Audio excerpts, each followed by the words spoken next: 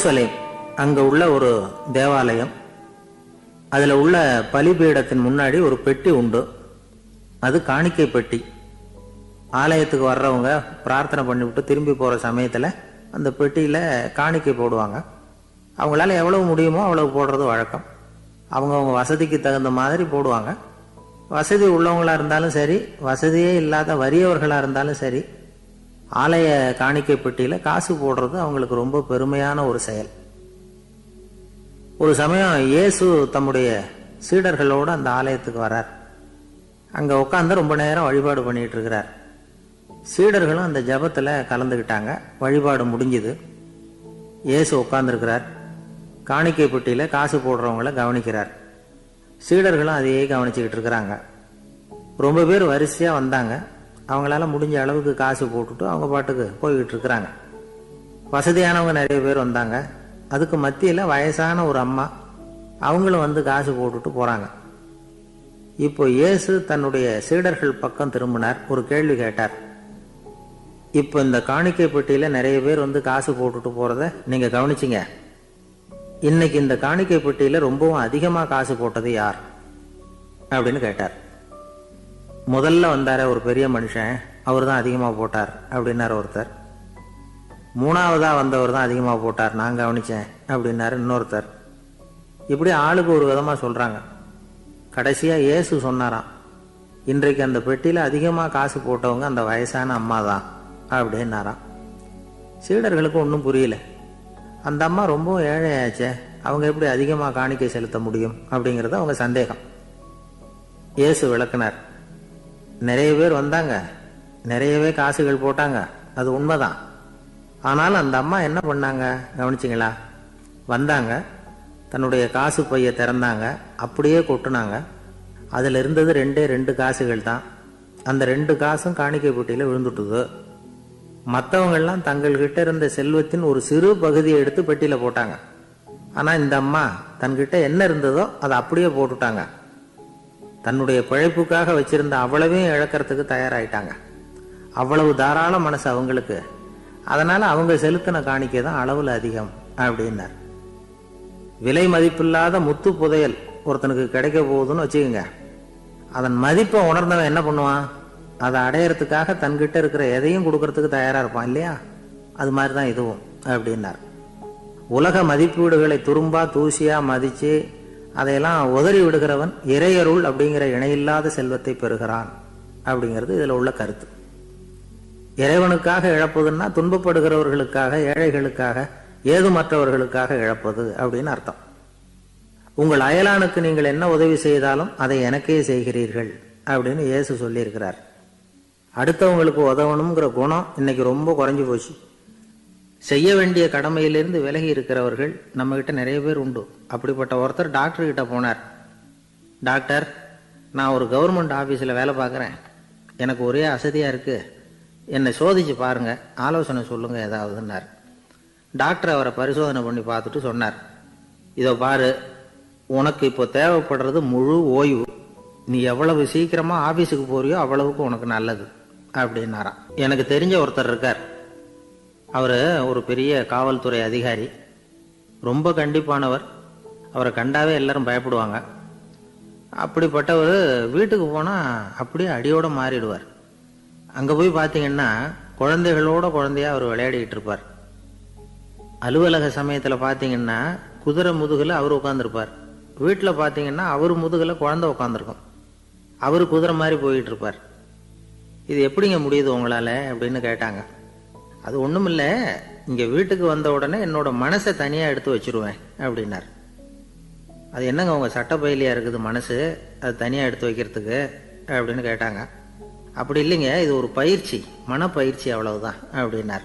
இப்படி சமயம் பார்த்து மனசை தனியா வச்சுவிட தெரிஞ்சவங்க வாழ்க்கையில எப்பவும் உற்சாகமா இருப்பாங்க அப்படிங்கிறது பெரியவங்க கருத்து. ஒரு டாக்டர் ஆஸ்பத்திரியில் இருக்கிற வரைக்கும் டாக்டரா இருக்கலாம். அவர் மனைவிகிட்டையும் அவர் டாக்டரா இருக்க வேண்டிய அவசியம் இல்லை. ஒரு வக்கீல் வந்து கோர்ட்ல இருக்கிற வரைக்கும் வக்கீலா இருக்கலாம். வீட்டுக்கு வந்ததுக்கு அப்புறமும் வக்கீலா இருக்க வேண்டிய அவசியம் கிடையாது. வீட்டில் வந்து குழந்தைகள்கிட்ட விளையாடும் பொழுதும் அதுகள்கிட்ட ஃபீஸு கேட்டுக்கிட்டு இருக்கக்கூடாது. நாம் எப்படி இருக்கணும்னு பெரியவங்க சொல்கிறாங்கன்னா, மனசோட சேரக்கூடாதான். அப்படி சேராமல் வாழ்க்கையை கவனிக்கணுமா. மனசை அப்படியே தனியாக எடுத்து பக்கத்தில் வச்சுடணும். அப்படின்னா அதை அப்படியே தூக்கி எறிஞ்சுடு அப்படின்னு அர்த்தம் இல்லை.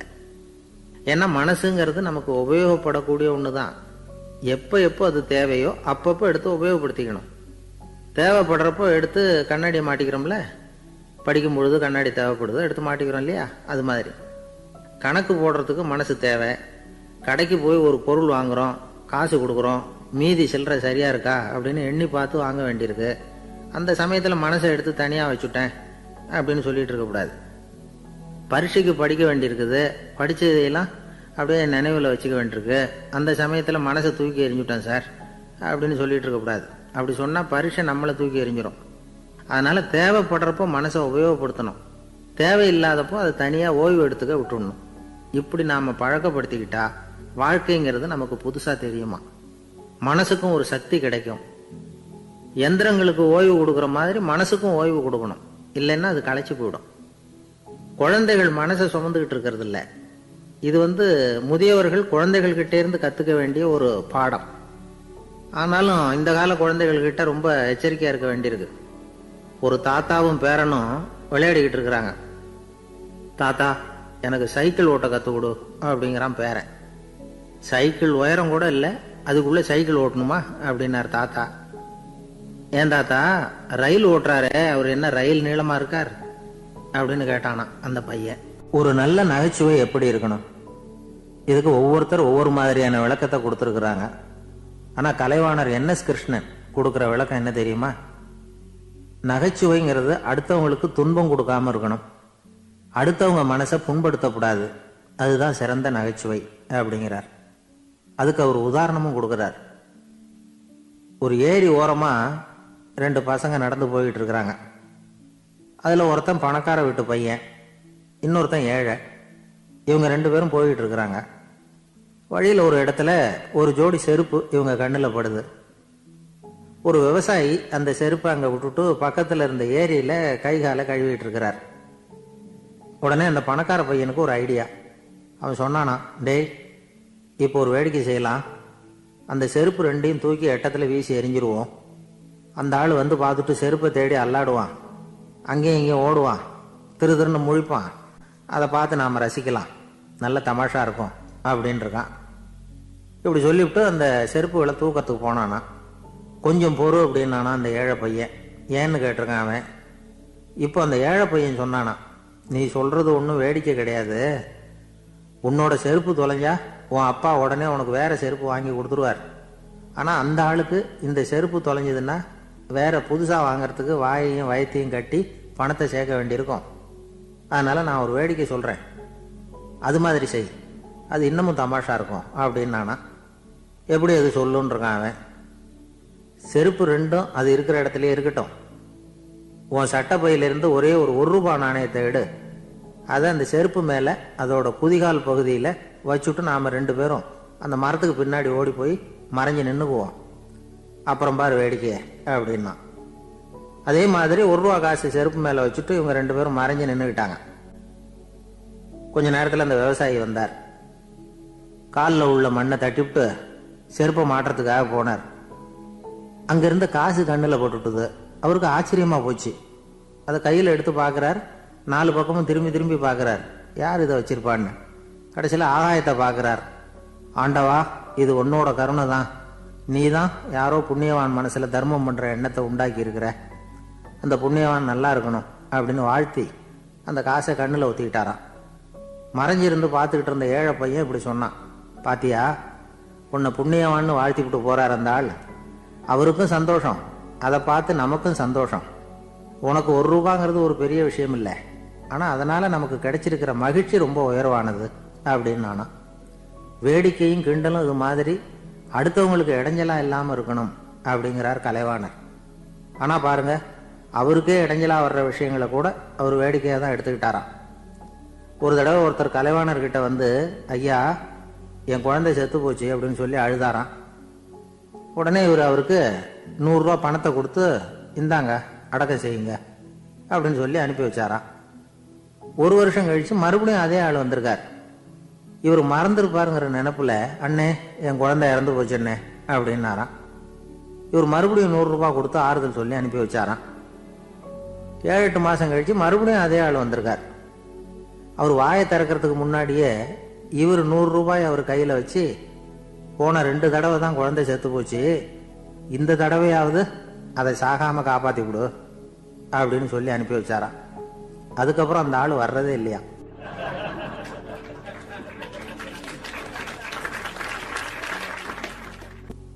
ஒரு நாள் ஒரு நண்பரை சந்தித்தேன். உங்கள் வீடு எதுன்னு உங்களுக்கு தெரியுமா சார்ன்னு. அவர் என்னை ஒரு மாதிரியாக பார்த்தார். அப்புறம் சொன்னார், தெரியும் அப்படின்னாரு. சரி, உங்கள் தொலைபேசி எண் உங்களுக்கு தெரியுமான்னு. அதுவும் தெரியும்னார். உங்கள் மனைவி மக்கள் யார் யாருன்னு உங்களுக்கு தெரியுமான்னு கேட்டேன். என்ன ஒரு மாதிரியாக பார்த்தார். அப்புறம் சொன்னார், அதுவும் தெரியும் சார் அப்படின்னார். சரி, நீங்கள் யாருன்னு உங்களுக்கு தெரியுமான்னு கேட்டேன். இப்போ தான் அவர் முழிக்க ஆரம்பித்தார். அவர் மட்டும் அப்படி இல்லை, நாம் எல்லாருமே அப்படி தான்.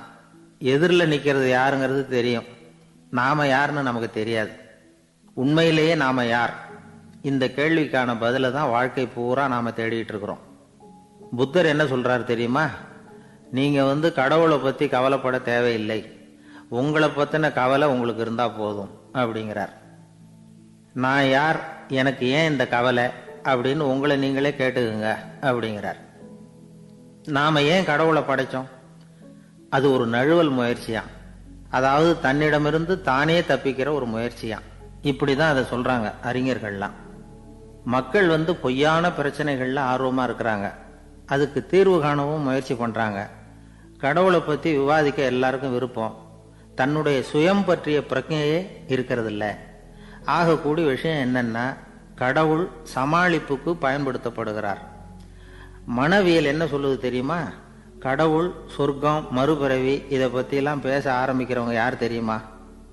போருக்கு போகிறவன், துன்பத்தில் சிக்கி கஷ்டப்படுறவன், நோய் படுக்கையில் விழுந்தவன், இவங்க தான். நாம் அனுபவத்திலே பார்க்குறோமே இதையெல்லாம். கடவுளை துணைக்கு கூப்பிடுறவங்க யாருன்னு கவனித்து பாருங்க. பரீட்சை எழுத போகிறவன், வேலை தேடி அலையிறவன், பண நெருக்கடியில் இருக்கிறவன், விபத்தில் சிக்கிக்கிட்டவன், இவங்கெல்லாம் தான்.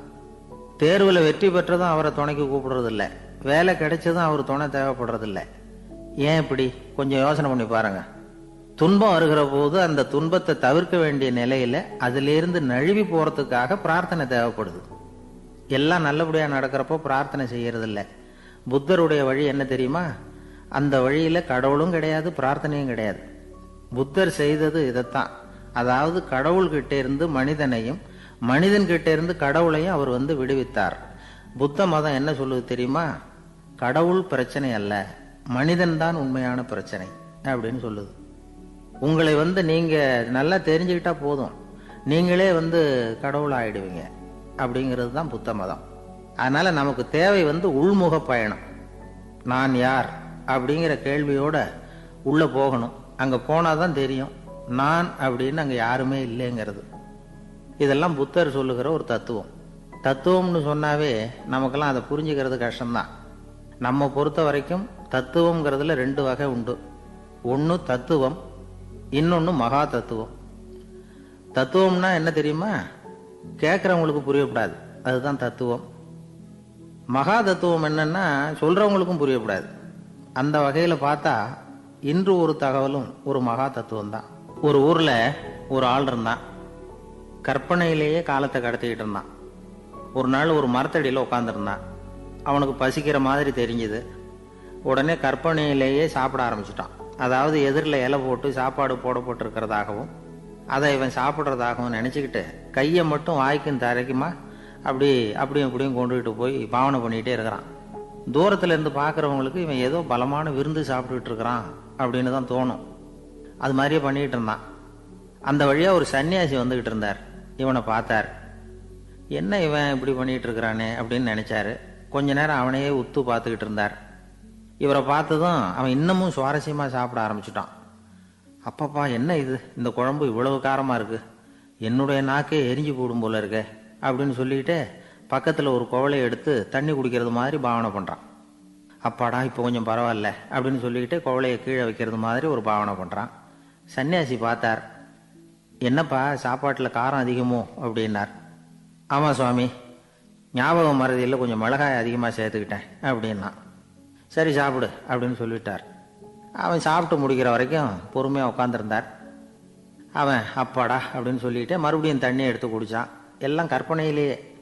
அதுக்கப்புறம் சன்னியாசி பேச ஆரம்பித்தார். இதை பாருப்பா, உன்னுடைய கற்பனையை நான் மெச்சுறேன்.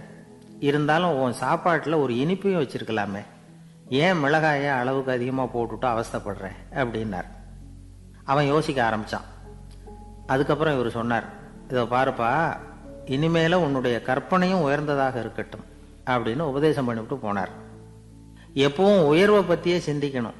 உயர்வு கிடைக்கலன்னா கூட அப்படி சிந்திக்கிறத நிறுத்தப்படாது அப்படிங்கிறார் திருவள்ளுவர். உள்ளுவது எல்லாம் உயர் உள்ளல், மற்ற அது தள்ளினும் தள்ளாமை நேர்த்து. ஊக்கம் இல்லாமல் உலகத்தில் வாழ்ந்து பிரயோஜனம் இல்லை. அதனால உயர்வாகவே சிந்திக்கணும். அது நம்மளை ஊக்கப்படுத்தும். இது பெரிய ஒரு வாக்கு. இந்த உலகத்தில் கற்பனையிலேயே வாழ்கிற சில கஞ்சர்களும் உண்டு. அதாவது 2 கஞ்சர்கள், 2 பேரும் பக்கத்து பக்கத்து ஊரில் இருந்தாங்க. பொங்கல் சமயம் ஒரு கஞ்சன் தன்னுடைய மகனை கூப்பிட்டான். இதை பாருப்பா, பக்கத்து ஊரில் என்னுடைய நண்பன் ஒருத்தன் இருக்கிறான். அவனுக்கு பொங்கல் பரிசு ஏதாவது கொடுக்கணும். நான் ஒரு 4 ஆட்டுக்குட்டியை தரேன், நீ கொண்டுகிட்டு போய் கொடுத்துட்டு வந்துவிடுறியா அப்படின்னு கேட்டான். சரி, நான் புள்ள ஒரு பைய கையில் எடுத்துக்கோன்னா அவன் எடுத்துக்கிட்டான். இந்த ஆட்டுக்குட்டி பிடிச்சிக்கோ அப்படின்னு சொல்லி ஒவ்வொன்றா போடுறேன் பார் அப்படின்னு சொல்லிட்டு 1 2 3 4 அப்படின்னு எண்ணிக்கிட்டே வெறும் சைகையாலேயே ஆட்டுக்குட்டியை பிடிச்சி போடுறது மாதிரி பாவனை பண்ணிக்கிட்டு இருக்கிறான். அவன் பிள்ளையும் அதை ரொம்ப அக்கறையாக வாங்கிக்கிறது மாதிரி வாங்கிக்கிட்டு அந்த பையை தூக்கிக்கிட்டு அடுத்த ஊருக்கு போகிறான். இவன் அங்கே போய் சேர்ந்த நேரத்தில் அந்த கஞ்சன் ஊரில் இல்லை, எங்கேயோ வெளியில் போயிருக்கிறான். அவனோட புள்ள மட்டும்தான் வீட்டில் இருந்தான். இவன் அவங்கிட்ட, இதை பாரு, எங்கள் அப்பா உங்கள் அப்பாவுக்கு ஆட்டுக்குட்டி கொடுத்து அனுப்பியிருக்கிறாரு, பிடிச்சிக்கோ அப்படின்னு சொல்லி பாவனையிலேயே ஒவ்வொன்றா எடுத்து அவங்ககிட்ட கொடுத்துட்டான். அவனும் வாங்கிட்டான் வாங்கிறது மாதிரி.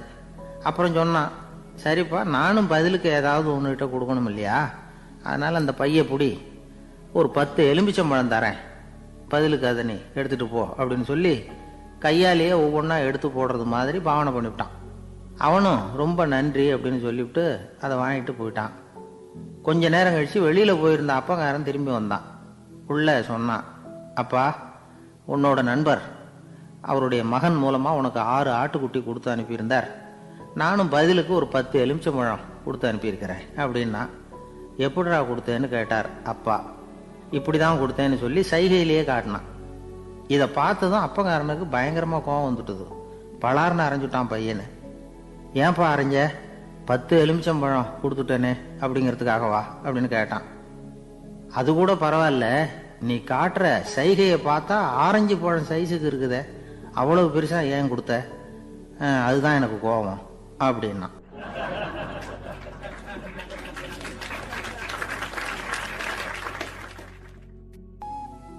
ஒரு ஆள் இருந்தார்.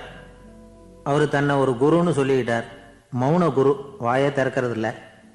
அவருக்கு 2 சீடர்கள் உண்டு. இவங்க தான் வர்றவங்க கிட்ட பேசுவாங்க, விளக்கம் கொடுப்பாங்க. ஒரு நாள் இந்த சீடர்கள் 2 பேரும் எங்கேயோ வெளியில போயிட்டாங்க. அந்த நேரம் பார்த்து ஒருத்தர் அங்க வந்தார். குரு கிட்ட போனார். குருவே, புத்தர்னா என்ன அப்படின்னு கேட்டார். குருவுக்கு ஒன்றும் புரியல. அவர் உண்மையான குருவா இருந்தாவில் புரியும். திருன்னு முழிக்க ஆரம்பிச்சார். இந்த நேரம் பார்த்து இந்த சீடர்களும் எங்கேயோ போயிட்டாங்களே, என்ன பண்றது, உதவிக்கு யாராவது கிடைக்க மாட்டாங்களா அப்படின்னு அப்படியே சுற்றுமுற்றும் பார்த்தார். வந்தவர் இதை கவனிச்சார். ஏதோ புரிஞ்சுக்கிட்டவர் மாதிரி அடுத்த கேள்வியை கேட்டார்.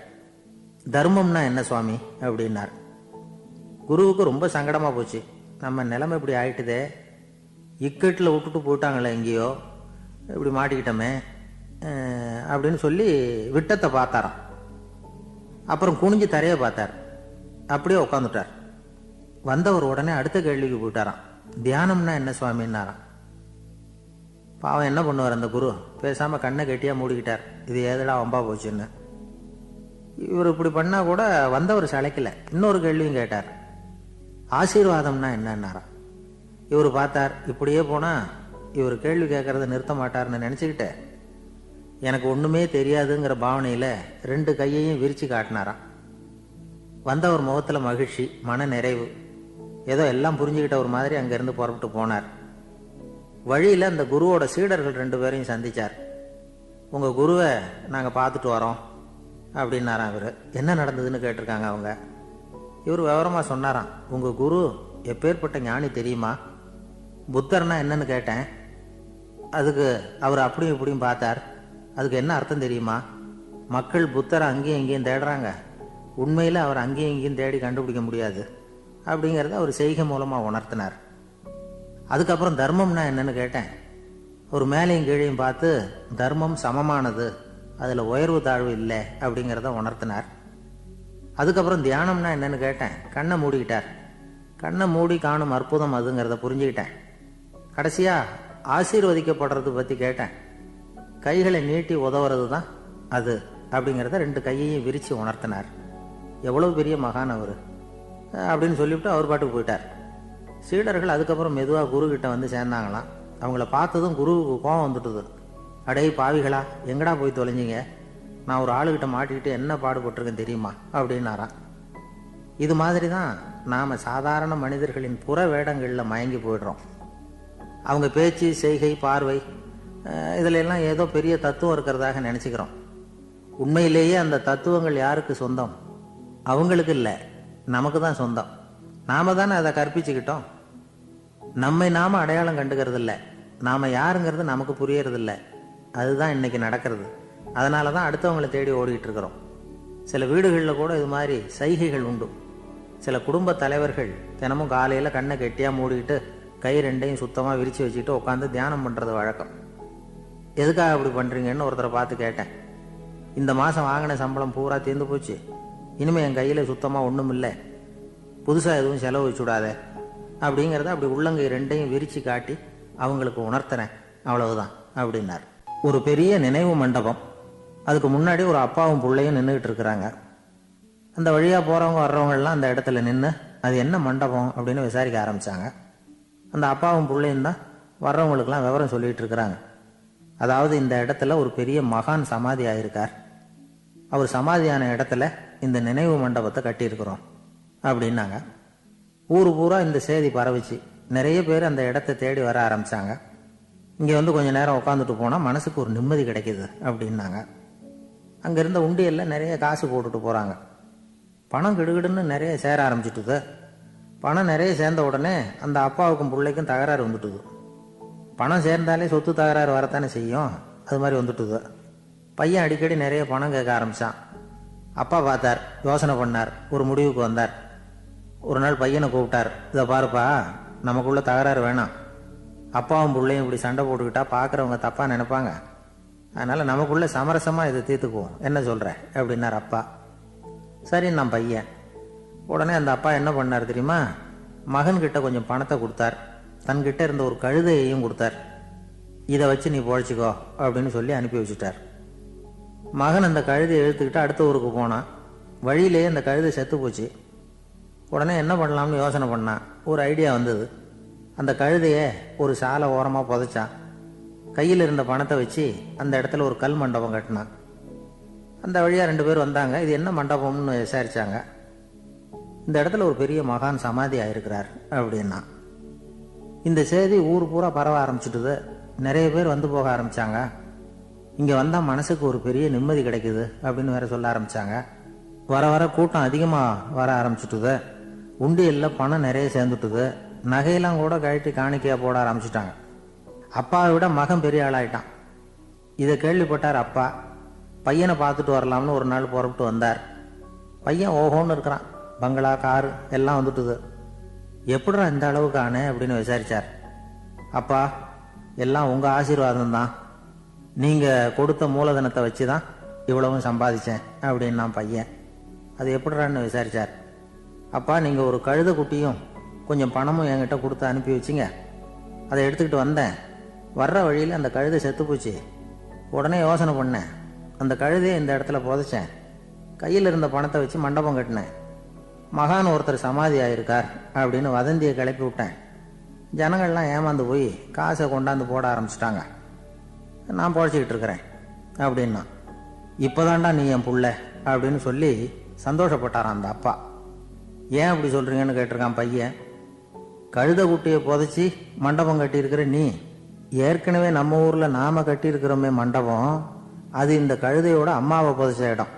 மகான் சமாதி ஆயிருக்காருன்னு நானும் சும்மா கப்ஸா தான் விட்டுக்கிட்டு இருக்கேன் அப்படின்னாராம் அப்பா. முட்டாள் ஜனங்களை நினைச்சு அந்த 2 பேரும் சத்தம் போட்டு சிரிச்சாங்களாம். மனுஷனை மனுஷன் ஏமாத்துறது ரொம்ப சுலபம். என் கூட படிச்ச ஒருத்தன் திடீர்னு ஒரு நாள் எல்லாருக்கும் அருள் வாக்கு சொல்ல ஆரம்பிச்சுட்டான். அவன் ஒரு ஆபீஸ்லயும் வேலை பார்க்கறான். ஆபீஸில் உள்ளவங்கெல்லாம் அவங்ககிட்ட வந்து அருள் வாக்கு கேட்கறது வழக்கம். ஒரு நாள் நான் அவன் முன்னாடி போய் உட்காந்து பேசிக்கிட்டு இருந்தேன்.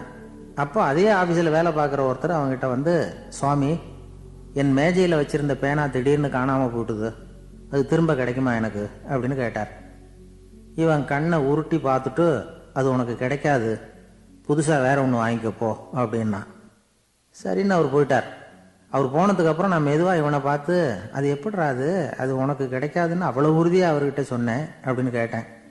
இவன் மெதுவாக என் காதுகிட்ட வந்து, அந்த பேனாவை கிளப்புனதே நான் தான் அப்படிங்கிறான். இங்கே இருக்கிற எல்லோருக்கும் வணக்கம்.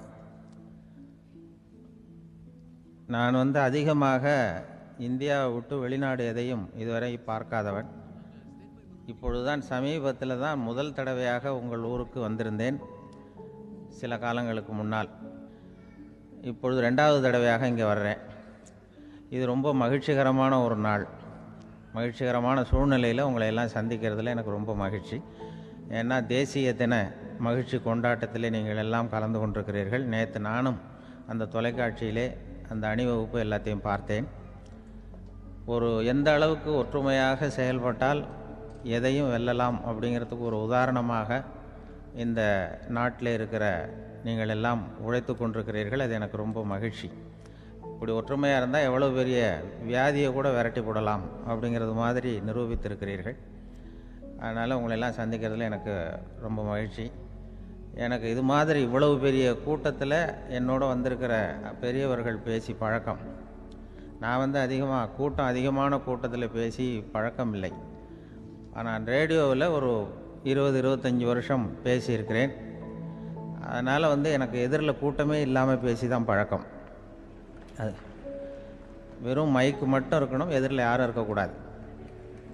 அப்படியே ரேடியோவில் பேசி பழக்கப்பட்டதுனால ஒரு பெரிய பிரம்மாண்டமான கூட்டத்தை பார்த்தது எனக்கே ஒரு மாதிரியாக இருக்கும். அதனால் கூட்டம் இல்லாமல் எனக்கு இப்போ கூட நீங்கள் எல்லோரும் எழுந்திரிச்சு வெளியில் போயிட்டால் ரொம்ப நல்லா பேசுவேன். நீங்கள் வெளியில் இருந்துட்டு கேட்கணும், ஏன்னா அப்படியே பழகி போச்சு. இருந்தாலும் இதில் எனக்கு என்னென்னா, இப்போ தமிழ்நாட்டில் நான் பலதரப்பட்ட கூட்டத்தில் பேசி சமீப காலத்தில் பேசியிருக்கிறேன். இந்த எல்கேஜி யூகேஜி படிக்கிற குழந்தைகள் முன்னாடி என்ன பேச சொல்லுவாங்க, எல்கேஜி யூகேஜி அந்த குழந்தைகள். அப்போ நான் எப்போ முடிக்கணுங்கிறது எனக்கு தெரியும். ஏன்னா அதுக்கு ஒரு அறிகுறி. அந்த குழந்தை என்ன பண்ணணும்னா மொதல் வரிசையில் இருக்கிறது அப்படி தரையை கீறும். கேச்சுன்னா அது போதும் அப்படின்னு அதுக்கு முடிச்சுக்கோன்னு அர்த்தம். அதை பார்த்து தான் நான் முடிச்சுக்கிறது வழக்கம். கொஞ்சம் பெரிய ஹைஸ்கூல்னால் யாராவது பசங்க 2-3 பேர் கொட்டாவி விடுவாங்க, அதை பார்த்து அதை முடிச்சுக்கிறது வழக்கம். கல்லூரின்னா விசில் அடிப்பாங்க யாராவது 1-2 பேர். இப்படி எனக்கு பலதரப்பட்ட எப்போ முடிக்கணுங்கிறதுக்கு அப்படிலாம் அறிகுறி உண்டு. எனக்கு ரொம்ப பிடிச்சது என்னென்னா, இந்த முதியோர் இல்லங்கள் இருக்குது பாருங்கள். முதியோர் இல்லம், பென்ஷனர் அசோசியேஷன்லாம் இருக்குது தமிழ்நாட்டில். எல்லாம் 60-70 வயசுக்கு மேற்பட்டவர்கள். அவங்க கூட்டத்தில் பேசுகிறது தான் எனக்கு ரொம்ப பிடிக்கும். ஏன்னா நான் பாட்டுக்கு பேசிக்கிட்டே இருப்பேன், அவங்களும் அசையாமல் கேட்டுக்கிட்டு இருப்பாங்க. அதுக்கு என்ன காரணம்னா, காது கேட்காது. அது எனக்கு அப்புறம்தான் தெரியும். பேசி முடிச்சுட்டு இறங்கி போனால் அந்த மொதல் பெஞ்சில் உட்காந்துருக்கிற ஒரு நாற்காலில், என்ன சார் முடிச்சிட்டிங்க போல் இருக்கு அப்படிம்பார். எப்படி சார் கண்டுபிடிச்சிங்க? அதான் இறங்கி வந்தீங்கல்ல அப்படிம்பார். அதனால் அது மாதிரி கூட்டத்தில் ஒன்றும் எனக்கு வந்து சுத்தமாக யாரும் இருக்கக்கூடாது எதிரில். இல்லைன்னா அந்த முதியோர் இல்லம் மாதிரி அப்படி காது கேட்காதவங்களாம் உட்காந்துருக்கணும். இங்கே அப்படி இல்லை, எல்லாம் ரொம்ப விழிப்போடு இருக்குங்க, காதை திறந்து வச்சுக்கிட்டு. அது மாதிரி என்ன போன்ற ஆட்களுக்கு கொஞ்சம் இது பேசுகிறதும் என்ன, சில பேருக்கு என்னென்னா பேச்சு மைக்கை பார்த்ததும் எனக்கு எப்போ நேரங்காலம் தெரியாது, முடிக்கிறதுக்கு தெரியாது. அப்படியும் உண்டு பேச்சாளர்கள் பல ரகம். நான் கூட இப்போ ஒரு ஏற்பாடு பண்ணியிருக்கிறேன். என்னுடைய நண்பர் சுபாஷ்னு ஒருத்தர் வந்திருக்கார். அவர்கிட்ட சொல்லியிருக்கேன், நான் எப்போ முடிக்கணும்னு தோணுதோ அப்போ லேசாக தலையை சொறி நான் முடிச்சுக்கிறேன். என்ன கடிகாரமும் கிடையாது, ஒன்றும் கிடையாது. நான் எப்போ ஆரம்பிக்கிறேன் எப்போ முடிக்கிறேன்னு தெரியாதுன்னு சொன்னேன். இதே மாதிரி கும்பகோணத்தில் சமீபத்தில் ஒரு கூட்டத்துக்கு போகும்பொழுது அந்த ஏற்பாட்டாளரை உட்கார வச்சு, நீ முடிக்கணும்னு தோன்றப்ப தலையை சொரியா நான் புரிஞ்சுக்கிறேன்னு சொல்லிவிட்டு பெரியோர்களே தாய்மார்களேன்னதும் உடனே தலையை சொரிஞ்சாங்க. என்னையா அது உள்ளேன்னா, இல்லை இது தலை அரிக்குது அதனால் சொல்லிடுறேன், நீ அது வேறு மாதிரியாக சொல்லுவேன்னு சொன்னார். அப்படி ஒருத்தர் ஏற்பாடு பண்ணி உட்கார வச்சுருக்கேன் எதிரில். அவர் இன்னும் தலைக்கு கையை கொண்டு போகல, முதல் வரிசையில் உட்கார வச்சுருக்கிறேன். ஏன்னா இந்த பேசுகிறவங்களுக்கு அந்த கூட்டம் பார்த்துட்டா முடிக்கிறது எப்போ முடிக்கிறது என்ன ஏதுன்னு தெரியாது. அது பேச்சாளர், ஒரு பேச்சாளர் அவர் பாட்டு பேசிகிட்டே இருந்தாராம், ரொம்ப நேரம் பேசிகிட்டு இருந்திருக்கார். பேசிகிட்டு இருந்தால் ஒன்றும் புரியல, நேரங்காலம் தெரியல. அவருக்கே தோணி ஒரு கட்டத்தில் அந்த பேசுகிறவருக்கு, ஐயா மன்னிச்சுக்கோங்க, நான் ரொம்ப நேரம் பேசிட்டேன் போல் இருக்கு, எவ்வளோ நேரம் பேசினேன்னு எனக்கே ஞாபகம் இல்லை, இந்த கை கடிகாரத்தை கூட பார்க்க மறந்துட்டேன், என்னை மன்னிச்சுக்கோங்க அப்படின்னாராம். அப்போ கோபமாக ஒருத்தர் எழுந்திரிச்சு, ஏன்யா கடிகாரத்தை தான் மறந்தேன், பின்னாடி மாட்டிருக்கிற காலண்டரையாவது பார்க்கக்கூடாதா அப்படின்னாராம். அப்போ தான் தெரியுது அவன் வாரக்கணக்கில் பேசிக்கிட்டு இருந்திருக்கான். போன வெள்ளிக்கிழமை ஆரம்பித்து இந்த சனிக்கிழமை முடிக்கிறது மாதிரி அப்படி ஆகிடும். ஏன்னா கடிகாரமும் கிடையாது. அது மாதிரி பேசுகிற பேச்சு ஆனால் பேசுனா என்ன சொல்லுவாங்கன்னா, எந்த பேச்சை கேட்டாலும் ஒரு